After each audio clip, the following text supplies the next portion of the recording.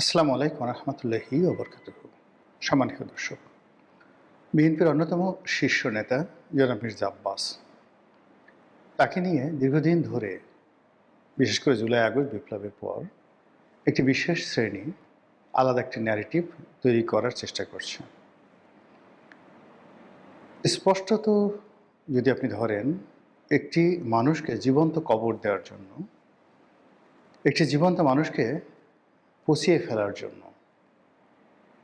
একটি সুস্থ এবং সবল মানুষের সারা শরীরে কুষ্ঠ ব্যাধি দ্বারা তাকে আক্রান্ত করার জন্য যে ধরনের প্রচার দরকার, প্রোপাগান্ডা দরকার, খুব ম্যাটিকুলাসলি সেই কাজগুলো এই ভদ্রলোককে করা হচ্ছে। এখানে আমরা যারা মজা নিচ্ছি, নাসিরুদ্দিন পাটোয়ারি মির্জা আব্বাসের ছেলের বয়সের চাইতে অনেক ছোট। সেই নাসিরুদ্দিন পাটোয়ারি উঠতে বসতে এবং তার সঙ্গী সাথী, তার লোকজন সহকারে তাকে যেভাবে অপমান করছেন, যেভাবে গালাগাল করছেন, এটা কোনো অবস্থাতেই ভদ্র সমাজে শোভনীয় নয়। কোনো রাষ্ট্রীয় কালচারে এটি ধারণ করা হয় না। যে দেশে বিচার ব্যবস্থা আছে, যে দেশে সভ্য সমাজের সামাজিকতা আছে, যে দেশে মানুষের বিবেক আছে, বোধ আছে, সেখানে একজন প্রবীণ রাজনীতিবিদকে প্রকাশ্যে উঠতে বসতে অহরহ এভাবে যেভাবে মির্জা আব্বাসকে পচানো হচ্ছে, এটা সমর্থনযোগ্য নয়। এটির সামাজিক প্রতিরোধ দরকার, এটির রাষ্ট্রীয় প্রতিরোধ নয়, রাষ্ট্রীয় বিচার দরকার। এবং এই ধরনের ঘটনা আমাদের সমাজে যেন পুনরায় না ঘটে, এই ব্যাপারে সকলের সচেতন হওয়া দরকার। ব্যক্তি মির্জা আব্বাসের বিরুদ্ধে অভিযোগ অনেকের থাকতে পারে, যা যা বলা হচ্ছে সেটা সত্য হতে পারে। তার জন্য আইন আছে, আদালত আছে, বিচার আছে, তথ্য আছে, প্রমাণ আছে। কেউ যদি চাঁদাবাজি করে, কেউ যদি ধর্ষণ করে, কেউ যদি অন্যায় করে, এমনকি আরও জঘন্য অপরাধ করে, প্রচলিত অর্থে আপনি কোনো অবস্থাতেই তার বিরুদ্ধে সামাজিক মত তৈরি করতে পারেন না। মাইক লাগিয়ে প্রকাশ্যে তার ব্যক্তিগত জীবন তছনছ করে দিতে পারেন না। যখন আপনি এই কাজ করেন, ইট মিনস রাষ্ট্রীয় বিচার নেই। যদি মির্জা আব্বাস চাঁদাবাজ হয়ে থাকেন, চাঁদার টাকায় তিনি তার বিত্ত বিলাস বৈভব তৈরি করে থাকেন, সেই মির্জা আব্বাসের চাঁদা দিয়ে যদি বিএনপি চলে, আর এ ব্যাপারে যদি আপনি রাষ্ট্রের কোনো সাহায্য না পান, সহযোগিতা না পান, সেক্ষেত্রে আপনি বড়জোর প্রতিবাদ জানাতে পারেন, বিদ্রোহ করতে পারেন, বিপ্লব করতে পারেন, আন্দোলন করতে পারেন।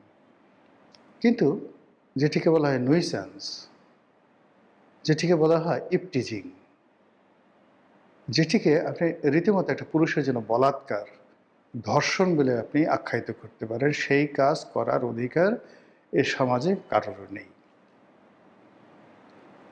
মির্জা আব্বাসের বিরুদ্ধে যারা লেগেছেন, মির্জা আব্বাসের যারা প্রতিদ্বন্দ্বী, তারা হয়তো খুব মজা পাচ্ছেন, মুচকি মুচকি হাসছেন যে ঢাকা শহরে দীর্ঘদিন আপনি আধিপত্য দেখিয়েছেন, দীর্ঘদিন আপনার ক্ষমতা ছিল, দাম্ভিকতা ছিল, এখন এই পরিস্থিতি আপনি বুঝেন কত ধানে কত চাল। কিন্তু এটা শেষ নয়।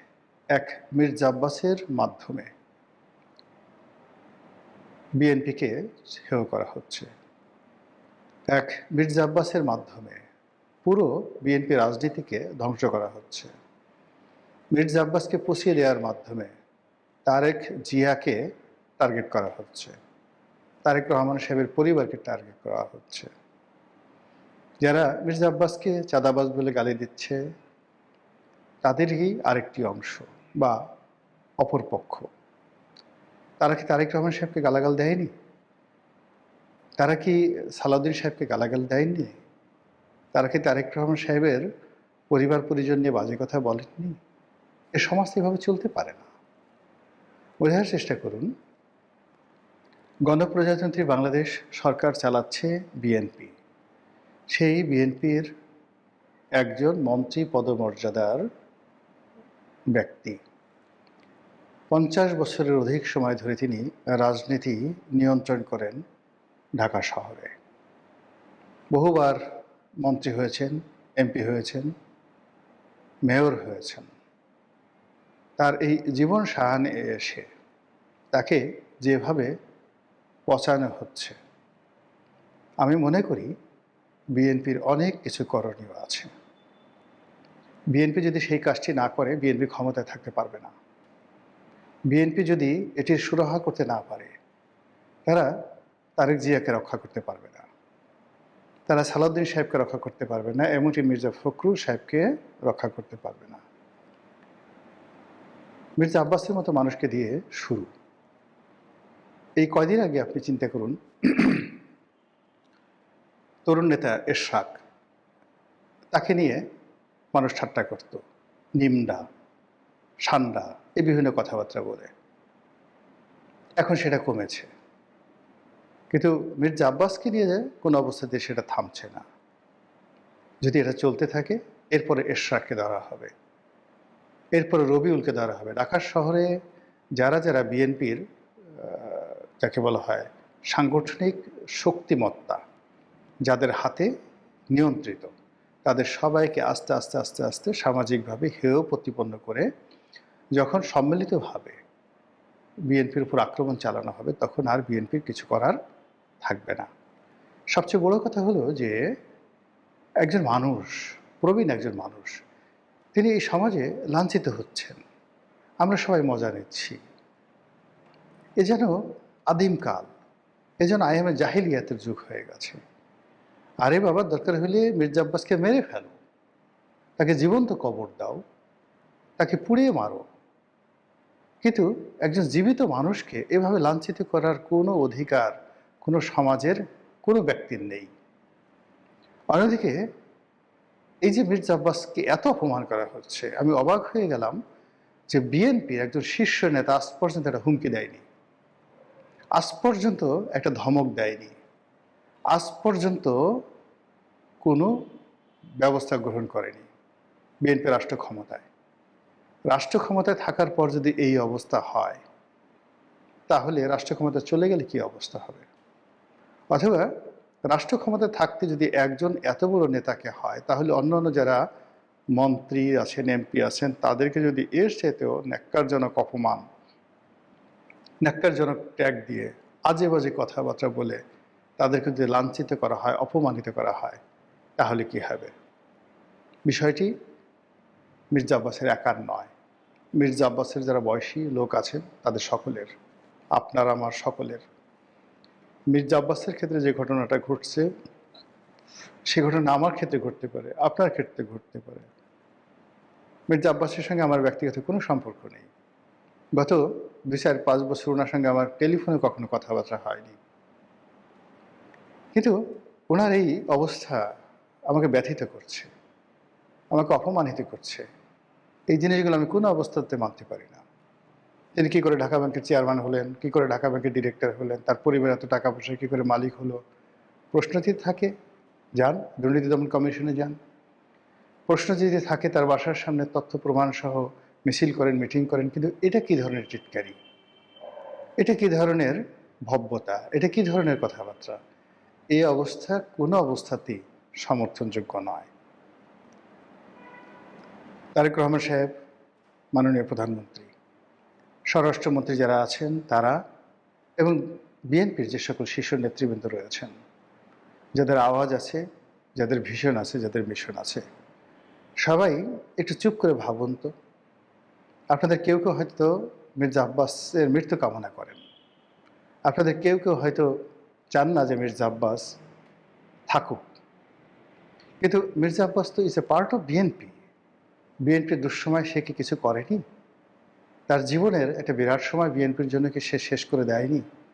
এই অবস্থাতে কেন তিনি লাঞ্ছিত হবেন? কেন তিনি একজন বিএনপির মধ্যে কোনো বন্ধু পাচ্ছেন না? কেবলমাত্র নয়ন নামে যুবদলের একটি ছেলে এই সময়টিতে তার পাশে দাঁড়িয়েছে। নয়ন ছাড়া কি বিএনপিতে অন্য কোনো যুবদলের ছেলে নেই? যুব মহিলা, মানে যাকে বলা হয় মানে মহিলা দলের যে নেত্রী যারা আছেন, তারা কি নেই? অন্য কোনো পুরুষ কি নেই? অ্যাটলিস্ট এই কথাগুলিকে বলা যায় না যে না এটা ঠিক নয়, this not the right way, this not the correct way.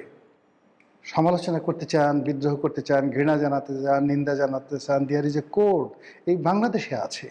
কিন্তু এই যে স্বাধীনতার পর থেকে এ পর্যন্ত যত কিছু দেখে আছি, এই সময়টাতে সে গত এই ১.৫ বছর ধরে মির্জা আব্বাসকে নিয়ে যা কিছু হচ্ছে, এরকম দৃশ্য তো আমি কখনো দেখিনি।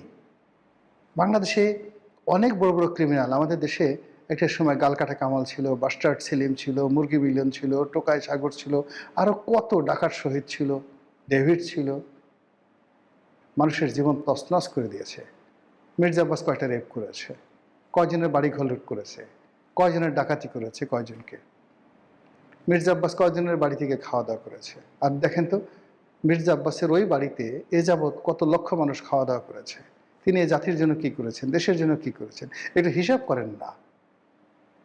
এই জিনিসগুলো না করে একটা নেতা তো এমনি এমনি তৈরি হয় না, বহু বছর লাগে, বহু সময় লাগে, কখনো কখনো শতাব্দী লেগে যায়। ওই শাহজাহানপুর এলাকা থেকে শুরু করে যে এলাকাতে একজন মির্জা আব্বাস তৈরি হয়েছে, কই গত ২০০ বছর তো মির্জা আব্বাসের কাউন্টার বা কন্টেম্পোরারি আরেকজনের নাম ওই অঞ্চলের মানুষ জানে না। আমরা তো কেউ ঢাকা শহরে এই নাম জানি না। এটা কি এমনি এমনি চাঁদাবাজির কারণে তো সে আজ এই পর্যায়ে আসছে? এই ঢাকা শহরে তো অনেক নেতা আসছে, কিন্তু মির্জা আব্বাসের টেম্পোরারি তো দ্বিতীয় কোনো নাম আমরা এই ঢাকা শহরে বলতে পারি না। এটা কেবলই চাঁদাবাজির জন্য, কেবলই বিএনপি রাজনীতির জন্য? তার কি কোনো ভালো কাজ নেই? সেই ভালো কাজগুলো অ্যাপ্রিসিয়েট করার মতো মানুষ যদি বিএনপিতে না থাকে, এই যে মির্জা আব্বাসের যে পতন, এই পতন থেকেই বিএনপির পতন শুরু হয়ে যাবে। মহান আল্লাহ আমাদের সবাইকে হেদায়েত দান করুন এবং হেফাজত করুন। আসসালামু আলাইকুম রহমতুল্লাহি ওয়া বারাকাতুহু।